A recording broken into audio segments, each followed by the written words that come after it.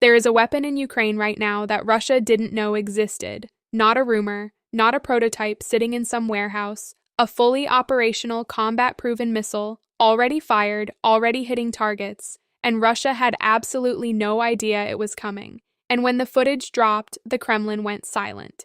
Because what Ukraine just revealed doesn't only change the balance of power in the Black Sea, it exposes something far more dangerous for Putin, that his entire strategy of intimidation, of cutting off Western weapons, of waiting Ukraine out, has been falling apart in ways he hasn't even begun to understand yet. The weapon is called Gungnir. In Norse mythology, Gungnir is the magical spear of Odin, a weapon so precise, so unstoppable, that once it is thrown, it never misses its target. And on the night of April 6, 2025, Ukraine threw it. What happened next sent shockwaves through Moscow. Stay with us because by the end of this video, you will understand exactly why Russia is terrified and why this is only the beginning. This is news and commentary. Part 1. The strike that changed everything, 045-4 Baus. Let's set the scene. April 6, 2025, the Black Sea. Somewhere between 60 and 80 kilometers northwest of the Crimean coastline, roughly 37 to 50 miles out, sits an offshore oil drilling platform called Symbolizes. On the surface, Symbolizes looks like an industrial structure. A rusted, weathered oil rig sitting in open water, far from the front lines, seemingly unremarkable in the grand context of a war that has now stretched on for more than 4 years. But Symbolizes is not, and has not been for a long time, simply an oil platform. Russia transformed it.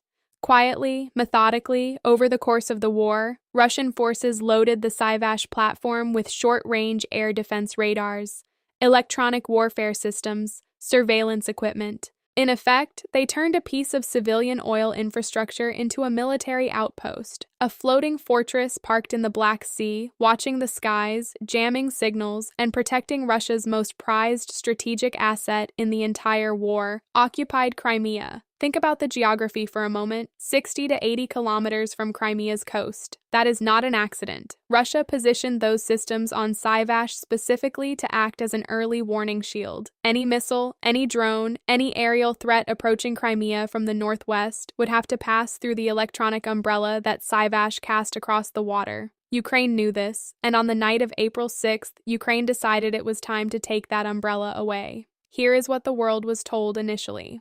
Robert Brovdy, the commander of Ukraine's unmanned systems forces, posted a message on Telegram announcing the strike. The language was matter-of-fact.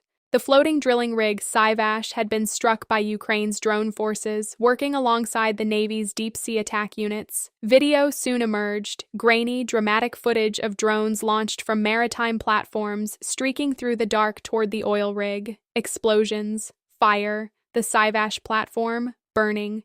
The story seemed complete. Ukraine hit a Russian military outpost using drones. Another successful deep strike operation. Move on. But Brovdy, whether intentionally or not, had left something out. Something significant. Something that, when it came to light the following day, completely reframed the entire operation. Part 2. The Reveal, 4-7:30. On April 7th, the Kiev Post broke the story that Ukraine's Navy had confirmed the use of a weapon nobody expected to see in this war. The RBS-15, Gungnir, the Swedish-made anti-ship missile that, until that moment, had never been publicly confirmed as part of Ukraine's arsenal. In fact, most analysts weren't even sure Ukraine had it. The confirmation came through video. Footage released by Ukraine's own Navy showing the missile being fired from what appears to be a ground-based launch platform. The clip runs roughly 20 seconds. It is not long, but it is extraordinarily significant. Watch carefully, and you see it. The double exhaust plume that appears during the launch phase. That signature burn pattern is specific to the RBS-15.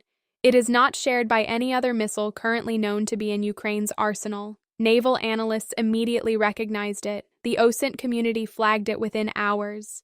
OSINT Warfare confirmed on X that this was the first public appearance of the Gungnir in the Ukraine war, and that the implications were massive. Additional footage that surfaced in the following days showed those missiles scoring direct hits on the Symbolizes platform itself. The comparison between the launch footage and known imagery of RBS-15 launchers removed any remaining doubt. Ukraine had the Gungnir, Ukraine used the Gungnir, and Russia had no idea it was coming. Now, before we go any further, let's talk about what exactly this missile is, because understanding the RBS-15 is essential to understanding why Russia should be deeply, genuinely worried right now. Part 3. The Magical Spear, What Gungnir Actually Does. 7:30-12 SAU. The RBS-15, or Robot System 15 to use its full Swedish name, is not a single missile. It is a family of missiles, a lineage of anti-ship weaponry developed by Saab Bofors Dynamics, one of Sweden's leading defense manufacturers. And the reason it has earned the name Gungnir, the magical spear of Odin, becomes immediately clear when you look at what it can do. Let's start with range. Depending on the specific variant, the RBS-15 can strike targets at distances exceeding 300 kilometers, that is over 186 miles. To put that in the context of the Ukraine war, from certain launch positions in southern Ukraine, that range places virtually all of the Black Sea, the entirety of occupied Crimea, and significant portions of Russia's naval infrastructure within reach. This is not a short-range coastal defense weapon, this is a deep strike capability. Now let's talk about speed. The Gungnir travels at Mach 0.9, just under the speed of sound, translating to roughly 690 miles per hour. It is fast, low-flying, and designed to approach its target at altitudes that make interception genuinely difficult. Russian air defense systems are optimized for higher altitude threats. A missile hugging the water's surface at nearly the speed of sound, approaching from distance, is an entirely different problem. The warhead weighs approximately 200 kilograms, about 440 pounds of high explosive. When the Gungnir hits something, it does not tickle. The damage to the Swedish platform makes that abundantly clear. But raw power and range alone do not explain why this missile is so feared. What truly distinguishes the RBS-15, what makes it the perfect weapon for the kind of war Ukraine is fighting, is its guidance system. The Gungnir uses a combination of GPS navigation and inertial navigation to track its flight path. At the terminal phase, the final moments of approach to the target, it activates an active radar homing system. This means the missile can identify and lock onto its target independently, no human operator guiding it in, no manual adjustments needed mid-flight, fire and forget.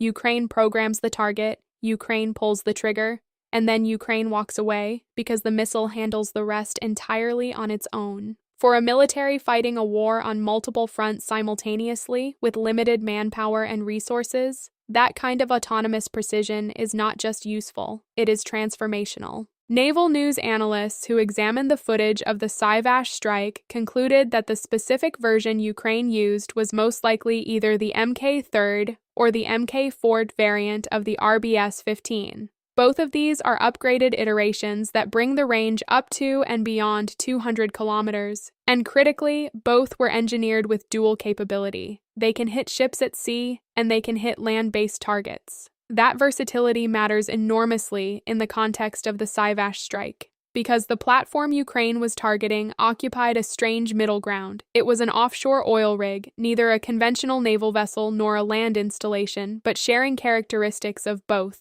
The Mk3 and Mk4's dual capability design made them the ideal choice for a target that did not fit neatly into either category. So Ukraine had the range, it had the firepower, it had the precision. But there is one more dimension to the Gungnir that elevates it above almost every other missile in Ukraine's current arsenal. And this dimension is the reason that the Swedish strike succeeded as spectacularly as it did. Part 4. Fighting Fire with Fire, 12 Yao 1630. Go back to what we told you about the Swedish platform. Yes, it had air defense radars. Yes, it had surveillance equipment. But we also mentioned something else. Electronic warfare systems. This is where the story gets truly interesting. Electronic warfare, EW, is one of Russia's most heavily deployed tools in this conflict. Through EW, Russia is able to emit signals that jam GPS frequencies, scramble the navigation systems of incoming drones and missiles, and essentially spoof guidance data, sending threats off course, turning precision strikes into misses. Throughout this war, Russia's EW capabilities have been one of the most frustrating obstacles Ukraine has faced. Drones that should hit their targets veer off course. Missiles that should fly true get deflected. The Symbolizes platform, loaded with EW equipment and positioned 60 to 80 kilometers from the Crimean coast, was not just protecting Crimea from direct attack, it was actively degrading Ukraine's ability to conduct strikes in that entire region of the Black Sea. So how do you destroy an electronic warfare system? You use a missile that cannot be stopped by electronic warfare. The RBS-15 was engineered with electronic countermeasures built into its design. In plain language, the Gungnir has its own electronic warfare capability that it uses to fight back against the jamming and spoofing techniques that Russia deploys. It is not just resistant to GPS interference, it actively counters it. The missile's guidance systems are hardened in ways that make Russia's EW assets essentially ineffective against it. Ukraine understood this, which is why the sequencing of the April 6th operation is so tactically brilliant. Think about it step by step. Russia's EW systems on Symbolizes are active, they are jamming the area. Any drone or conventional missile sent toward Crimea or toward the platform itself risks being thrown off course by those EW systems. Except the Gungnir. Ukraine fires its Swedish RBS-15 missiles first. They cut through Russia's electronic jamming like it doesn't exist. They hit the Symbolizes platform, specifically the EW systems and the air defense radars. Now those systems are gone. The electronic umbrella that Russia had stretched across the northwestern Black Sea has been shredded, and then the drones come. With Symbolizes' EW capability destroyed, those drones, which would previously have been vulnerable to jamming, can now fly with full navigational accuracy.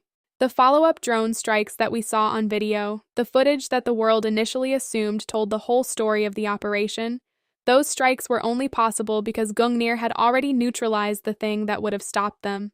This is not a lucky strike. This is not Ukraine just throwing weapons at a target and hoping for the best. This is a meticulously planned, multi-phase operation with layers of coordination that rivals anything a major NATO military would produce, and it worked perfectly. Part 5. Why Russia Didn't See It Coming, 1630-2030.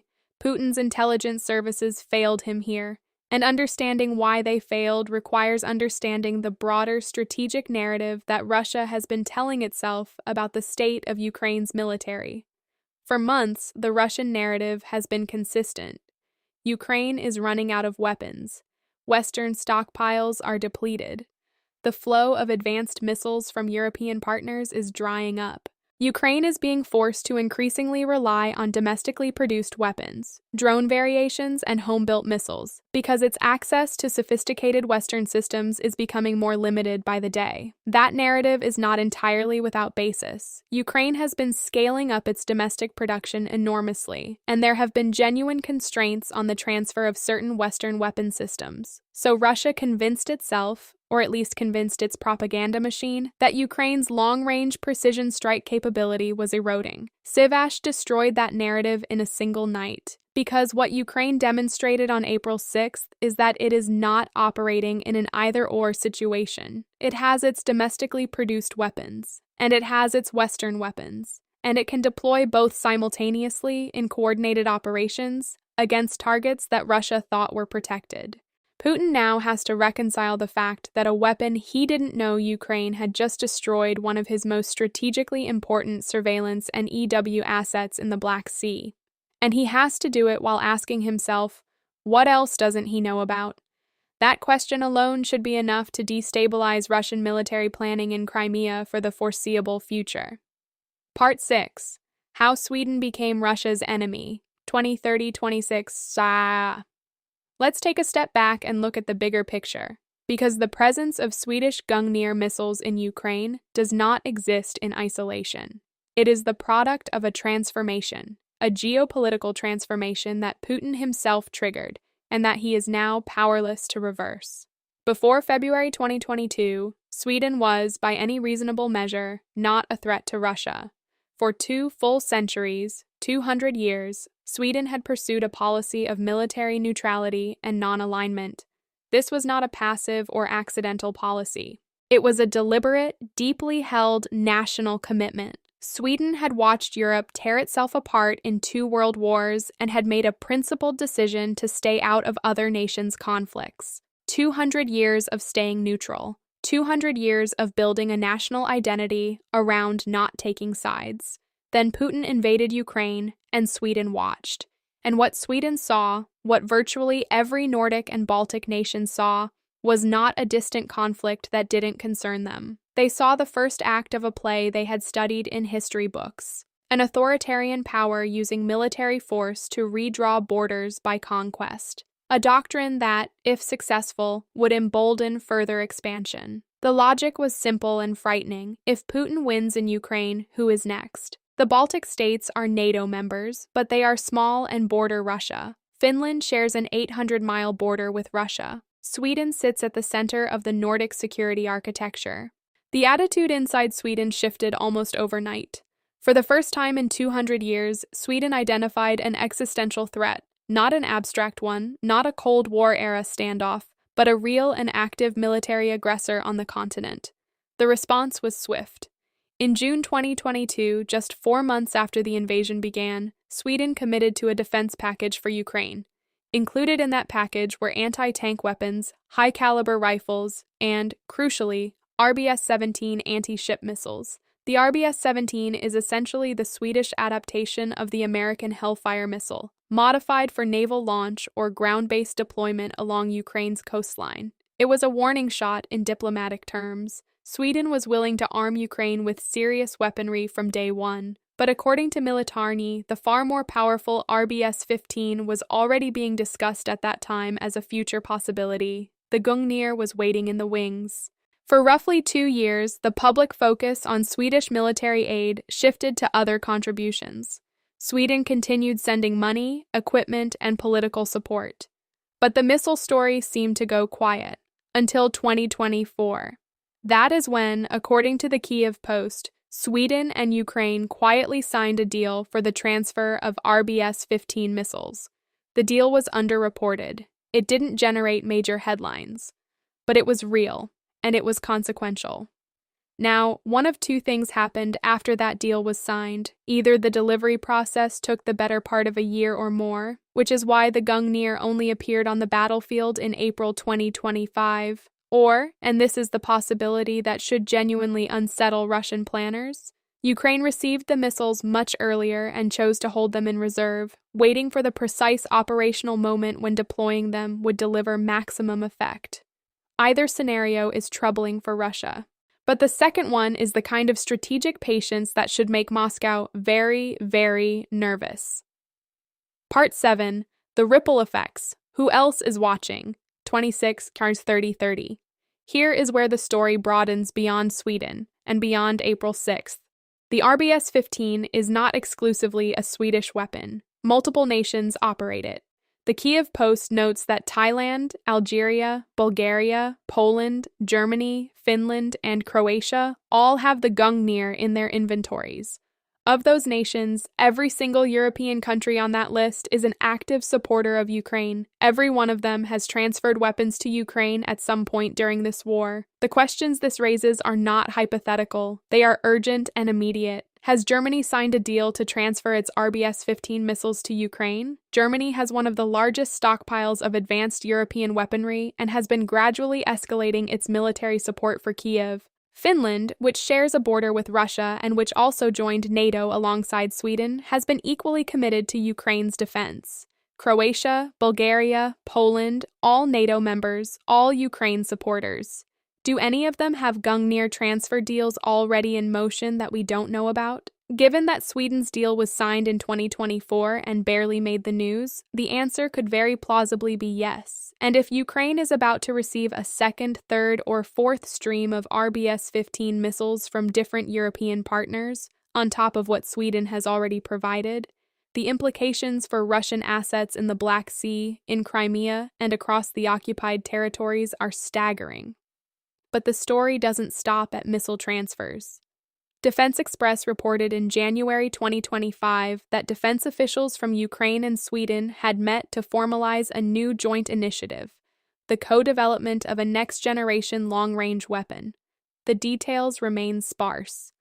The project has not been widely covered since that initial report, but the signal is unmistakable. The military relationship between Ukraine and Sweden is not a transactional one-time arrangement. It is a deepening strategic partnership with a long-term horizon. Sweden is not just giving Ukraine weapons. Sweden is building weapons with Ukraine. That represents a category shift in the nature of Western support. It means that over time, Ukraine will not merely be dependent on receiving foreign weapons, it will be a co-producer of advanced systems developed in partnership with one of Europe's most sophisticated defense industries. Putin wanted to stop the flow of Western weapons to Ukraine. What he actually achieved was the birth of a Ukrainian-Swedish defense industrial relationship. Part 8. What this means for Crimea, 30-30-35. Let's bring this back to the ground level and look at what the destruction of Symbolizes actually means in practical military terms. The Symbolizes platform was serving as an electromagnetic shield. Its radars and EW systems were watching the skies northwest of Crimea, feeding data to Russian air defense systems and actively degrading Ukraine's ability to conduct precision strikes in that corridor. That shield is gone now. When military analysts talk about aerial corridors, they mean specific flight paths through which missiles and drones can travel without being detected or jammed.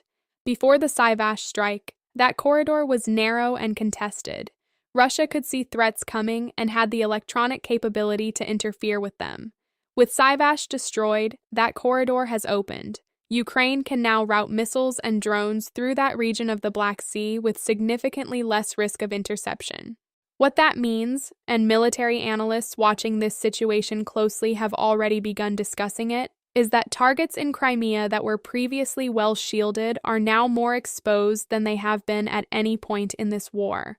The Crimean Bridge, naval infrastructure at Sevastopol, airfields, command and control facilities, all of these assets sit within reach of a strike corridor that Ukraine has just forced open with the magical spear of Odin.